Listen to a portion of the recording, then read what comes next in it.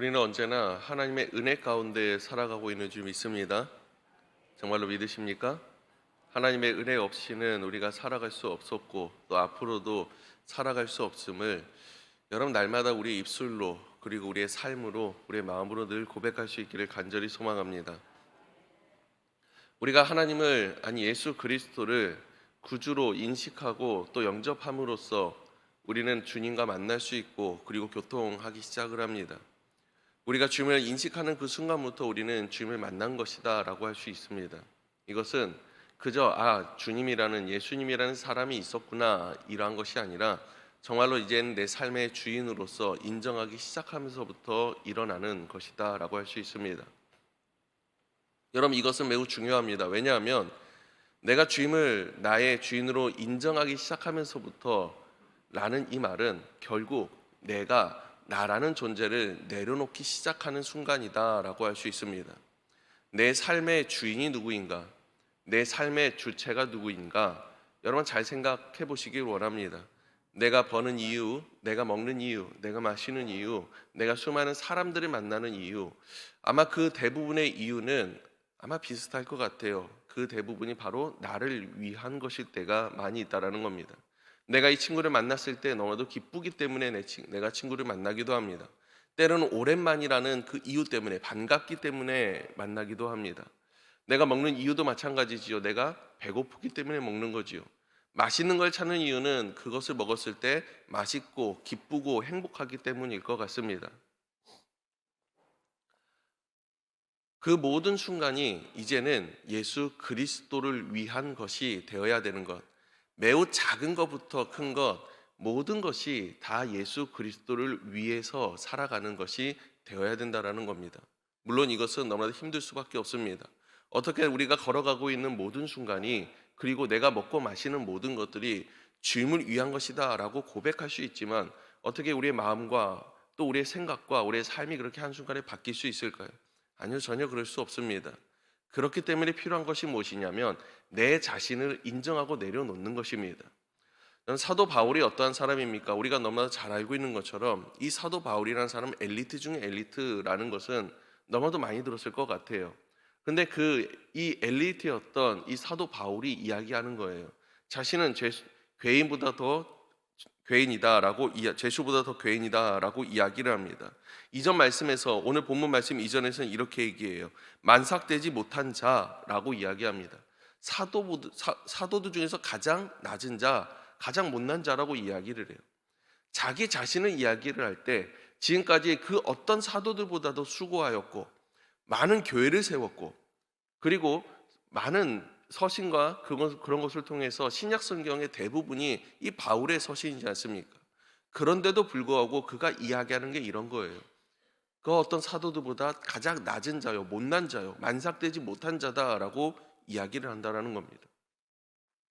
여러분, 그가 이와 같이 이야기하는 이유가 무엇이겠습니까? 주님을 처음 만났을 때 자신이 핍박하던 것이 예수 그리스도라는 걸 깨달았죠. 그때부터 자신의 인생의 변환이 시작이 됩니다. 사고의 변환이 시작됩니다.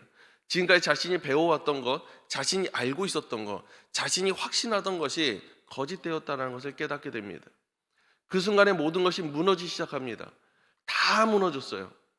그리고 예수 그리스도를 만나기 시작합니다. 여러분, 내 자신이 무너지고 내 자신이 죽기 시작하면서부터 예수 그리스도를 만난다라는 거예요. 그 순간부터 자신의 모든 것이 사라지기 시작하고 내려지기 시작하고 내 모든 것의 중심에 예수 그리스도가 생기는 거예요. 주님으로 말미암아 살았고 주님으로 말미암아 걸어갔다라는 인생은 사도 바울과 같은 인생을 이야기하는 것입니다. 여러분, 정말로 우리는 예수 그리스도로 죽었습니까? 예수 그리스도로 말미암아 다시 살았습니까? 정말 그와 같다면 여러분, 우리의 삶과 우리의 앞으로의 인생의 모든 것들은 정말 하나님의 은혜 가운데 있는 삶이 되기를 간절히 소망합니다. 오늘 본문 말씀 가운데 하나님의 은혜라는 이 단어가 3번이 나옵니다. 그만큼 하나님의 은혜가 너무나도 크다는 거예요. 너무나도 중요하다라는 것입니다. 여러분, 우리가 하나님의 은혜 없이 정말로 앞으로 살아갈 수 있을까요? 하나님의 은혜 없이 내가 걸어갈 수 있을까요? 하루하루의 삶이라는 것이 때로는 우리가 교회 안에서 봉사하고 헌신하는 것, 때로는 내가 말씀대로 걸어간다라고 하는 것들이 참 불확실성 가운데 살아가고 있는 연속인 것 같아요. 내가 정말 잘 살아가고 있는 것인가? 내가 정말로 지금 잘 걸어가고 있는 것인가? 라는 그런 걱정도 있고 근심도 생길 수밖에 없는 것 같습니다. 사람이기 때문에 그렇습니다.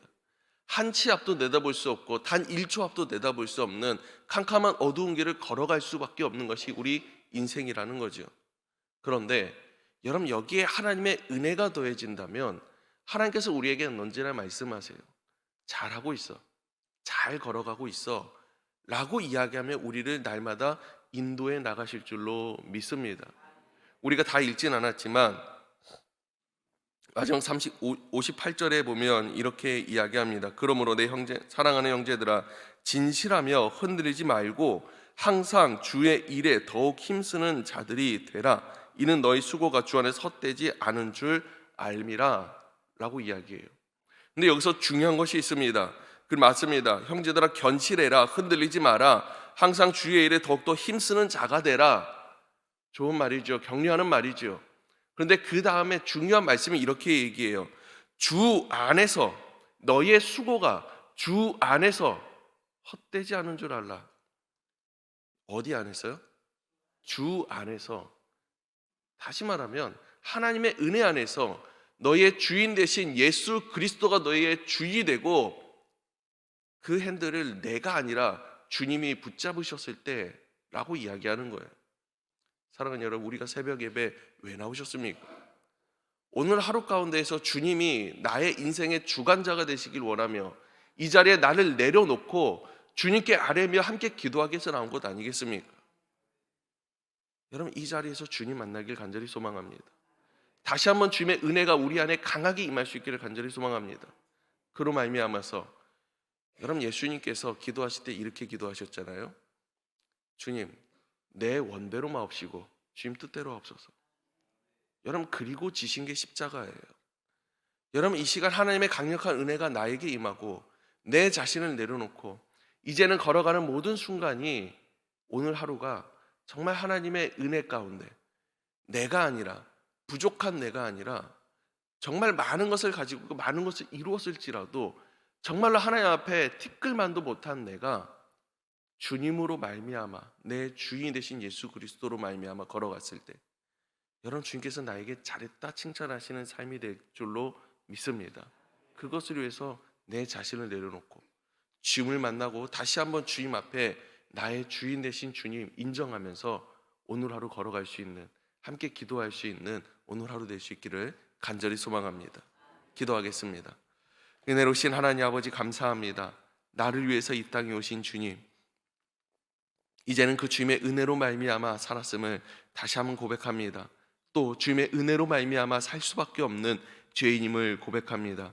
주여, 다시 한번 하나님의 그 은혜를 우리에게 강하게 부어주시고 역사하여 주셔서 주님만이 나의 주인이 되시고 나의 하나님이 되시며 나의 인생의 길이 되시는 귀한 역사가 이 시간 일어날 수 있도록 아버지 도와주시옵소서.